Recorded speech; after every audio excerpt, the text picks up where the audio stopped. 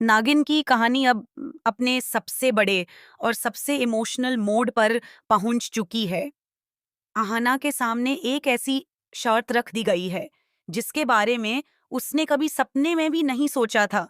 सुशंता और उसके पूरे परिवार को जो श्राप मिला था और जो सब मूर्तियों में तब्दील हो चुके हैं, उन्हें वापस नॉर्मल जिंदगी देने का सिर्फ एक ही तरीका बचा है। लेकिन ये तरीका अहाना की जिंदगी को हमेशा के लिए बदल सकता है। अहाना को बताया जाता है कि अगर वो सच में सुशंता और उसके परिवार को आजाद करवाना चाहती है पीमा जीती दी मेरे को चिरी चिराती थी, तो यूज एक नाग से शादी करनी होगी।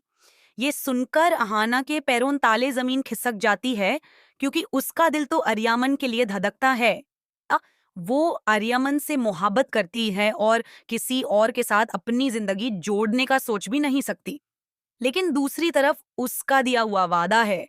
आहना ने कसम खाई थी कि वो अपना इंतकाम पूरा करने के बाद सबको आजाद करवाएगी। अब उसके पास दो रास्ते हैं और दोनों ही उसकी जिंदगी को तबाह कर सकते हैं। जैसे जैसे वक्त गुजरता है, आहना की मजबूरी बढ़ती जाती है।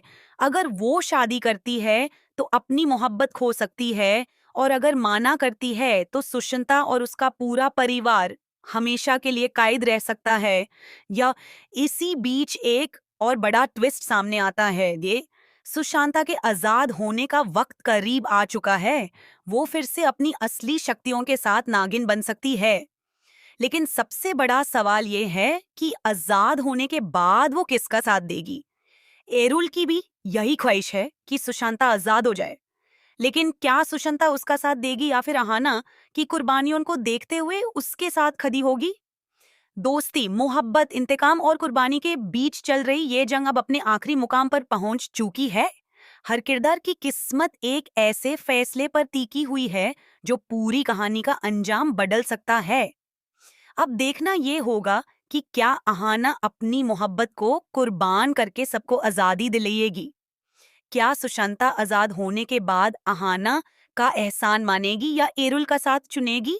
और सबसे बड़ा सवाल, नागिन की इस कहानी का आखिरी फैसला किसके हक में जाएगा।